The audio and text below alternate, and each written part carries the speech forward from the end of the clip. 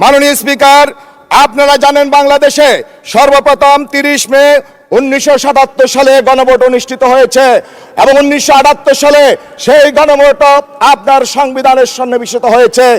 BNP গণভোট শুরু করেছে আর 2026 সালে বিএনপি আজ গণভোট অস্বীকার করছে। মাননীয় স্পিকার, এই মহান সংসদে আমার আজকে প্রথম কথা বলার জন্য আমি সর্বপ্রথম মহান আল্লাহ রাব্বুল আলামিনের দরবারে শুকরিয়া আদায় করছি।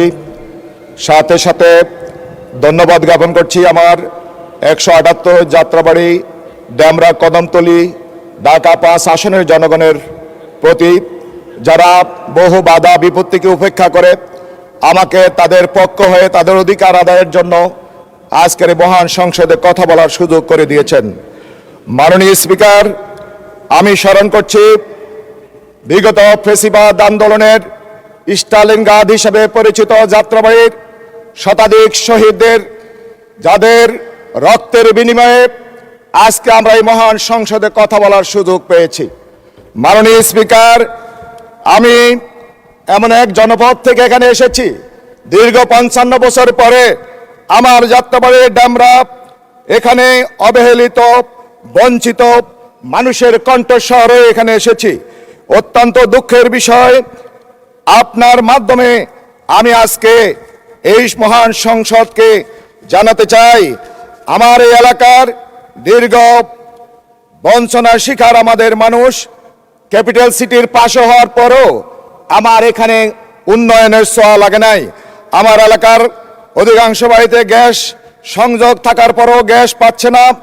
দীর্ঘ 30-40 বছরের পুরনো জরাজীর্ণ লাইন হওয়ার কারণে আমার এখানে মায়েরা দুপুরে খাবার রাতে খেতে হচ্ছে, রাতের পাক রাত 2টাতে করতে হচ্ছে এবং রমজানের মতো সব সময় সেহরি খেতে হচ্ছে। মাননীয় স্পিকার, এই এলাকার খালগুলো বেদখল হয়ে যাওয়ার কারণে অতিবৃষ্টি অথবা অনাবৃষ্টি সকল অবস্থায় জলাবদ্ধতা সৃষ্টি হয়েছে।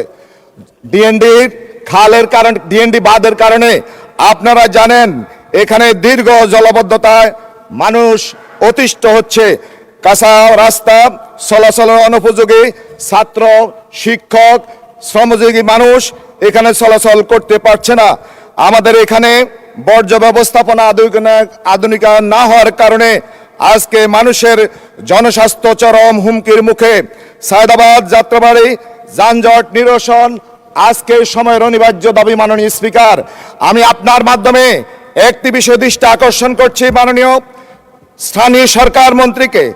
এখানে যত্রতত্র লিজ দেওয়া হচ্ছে, জনপদ লিজ দেওয়া হচ্ছে, মেইন রাস্তা লিজ দেওয়া হচ্ছে, যার কারণে সাদা তোলা হচ্ছে, যানজট সৃষ্টি হচ্ছে। মাননীয় স্পিকার, আমি আমার এই অঞ্চলে 500 শয্যা বিশিষ্ট একটি হাসপাতাল চাই। এখানে 2-3টি থানা নিয়ে আমার আসন, হয়ারেজ এখানে একটি সাধারণ হাসপাতাল নেই, একটি সরকারি কলেজ নেই, সরকারি মহিলা কলেজ সহ আমি একটি সরকারি কলেজ এবং একটি সরকারি মহিলা কলেজ আমি দাবি করছি। মাননীয় স্পিকার, মাদক সাদাবাজ সন্ত্রাস এখানে উন্নয়নের অন্যতম বাধা। গত ফেসিবাদের সময়ে আমরা প্রতিবাদ করেছি, অনেক মানুষ এখানে খুনের শিকার হয়েছেন। এই সরকার ক্ষমতা আসার পরও আমাদের এই সাদার বিরুদ্ধে কথা বলার কারণে নূরে আলম খায়রুলকে শহীদ হতে হয়েছে। আমি অত্যন্ত ধিক্কার জানাই। সম্মানিত মাননীয় স্পিকার, আমি শিক্ষা প্রতিষ্ঠানগুলোর আজকে যে জরাজীর্ণ অবস্থা, সাথে সাথে শিক্ষার মান, দুর্নীতি এখানে আকণ্ঠ নিমজ্জিত।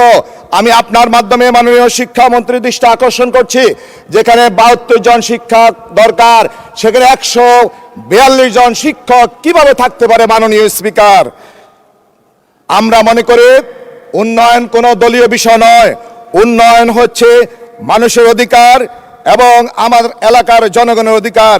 মাননীয় স্পিকার, আপনি জানেন অন্যায়ের বিরুদ্ধে ভূমিকা রাখার কারণে আমাকে 853 দিন জেলে যেতে হয়েছে, 9 বার জেলে যেতে হয়েছে। আপনি অ্যাটর্নি জেনারেল ছিলেন, আপনার দপ্তরের মাধ্যমে আমার অনেক মামলা আমি মুক্তি পেয়েছি। মাননীয় স্পিকার, আমি মনে করি এর মাধ্যমে দ্বিতীয় বার যেন আর এই ধরনের ফেসিবাদের মুখোমুখি না হই, এই কারণে আমাদের গণভোট। মাননীয় স্পিকার, আপনারা জানেন বাংলাদেশে সর্বপ্রথম 30 মে 1977 সালে গণভোট অনুষ্ঠিত হয়েছে এবং 1978 সালে সেই গণভোট আপনার সংবিধানের সন্নিবেশিত হয়েছে। বিএনপি গণভোট শুরু করেছে, আর 2026 সালে বিএনপি আজ গণভোট অস্বীকার করছে। মাননীয় স্পিকার, আমাদের মাননীয় স্বরাষ্ট্রমন্ত্রী বলেছেন গণভোট তো বৈধ যদি হয় তাহলে অবশ্যই আপনারা সংবিধান সংস্কার পরিষদের অধিবেশন আহ্বান করেন। এই সংস্কার অধিবেশন 180 দিন মেয়াদ, যদি এর মধ্যে সংবিধান সংস্কার পরিষদ আহ্বান না করেন, মাননীয় স্পিকার, আপনি আইনের অন্যতম বিশেষজ্ঞ ব্যক্তিত্ব এই মহান সংসদে বিলুপ্ত হয়ে যাবে যদি সংবিধান সংস্কার পরিষদ আহ্বান না করা হয়। মাননীয় স্পিকার, জুলাই বিপ্লবীদের দাবি ছিল রাষ্ট্র সংস্কার, রাষ্ট্র মেরামত। পৃথিবীতে অনেক দেশ, মাননীয় স্পিকার, জুলাই বিপ্লবীদের যে আকাঙ্ক্ষা ছিল বৈষম্যহীন রাষ্ট্র, আমাদের যারা জীবন দিয়েছেন তাদের যে স্লোগান ছিল আমরা রাষ্ট্র মেরামত চাই, যারা শহীদ হয়েছেন এই রাষ্ট্রকে মেরামত করার জন্য তারা রক্ত দিয়েছেন। রাষ্ট্র যদি এই সংবিধান পরিবর্তন না করে, সংশোধন করে, তাহলে রাষ্ট্র মেরামত হবে না। আমি আপনার মাধ্যমে আমি মহান সংসদে সেই দাবি তুলছি। মাননীয় স্পিকার, আমার মাননীয় সিনিয়র সদস্য ফজলুল হক মিলন সাহেব বলেছেন জুলাই সনদ মানুষের কল্যাণের জন্য, রাজনীতিতে গুণগত পরিবর্তনের জন্য। যদি তাই হয় তাহলে জুলাই গণভোটকে আজকে কেন অস্বীকার করছেন আপনারা? মাননীয় স্পিকার, আমরা মনে করি এই সংবিধান সংস্কার পরিষদ গঠন করে মানুষের, আমাদের শহীদদের রক্তের বিনিময় আমরা নিব। আমি আপনার মাধ্যমে একটি কথা বলবো, শহীদ ওসমান বিন হাদি আধিপত্যবাদের বিরুদ্ধে, কর্তৃত্ববাদী শাসনের বিরুদ্ধে, অন্যায়ের বিরুদ্ধে, জুলুমের বিরুদ্ধে যে রক্ত দিয়েছেন, আজ পর্যন্ত শহীদ ওসমান বিন হাদির বিচার করা হয় নাই। আমি আপনার মাধ্যমে মাননীয় আইনমন্ত্রী দৃষ্টি আকর্ষণ করব, অবশ্যই শহীদ ওসমান বিন হাদির বিচার, আপনার হত্যাকারীদের বিচার করতে হবে। মাননীয় স্পিকার, আমি সর্বশেষ বলবো তেল নিয়ে কথা। গত রাত্রে আমি 2টা পর্যন্ত রাস্তায় দাঁড়িয়ে থাকতে হয়েছে, আমি তেল পাই নাই। তেল শুধু মহান সংসদে, এত পরিমাণ তেল এখানে অপচয় হচ্ছে, বাইরের তেল অলরেডি খুঁজে পাওয়া যাচ্ছে না। মাননীয় স্পিকার, আমি সর্বশেষ আপনাকে ধন্যবাদ মাননীয় সদস্য।